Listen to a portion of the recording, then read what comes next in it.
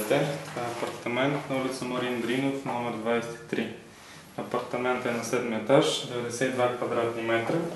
Влизаме от входната врата, веднага вляво имаме килер с мокро помещение.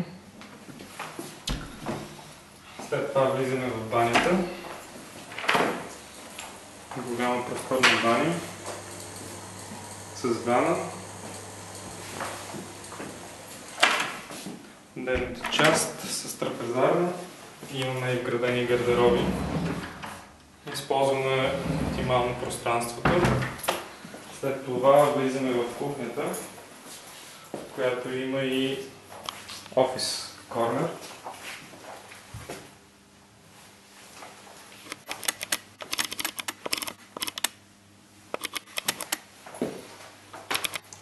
Изложението е юг. Вижда се Витоша планина през прозорците.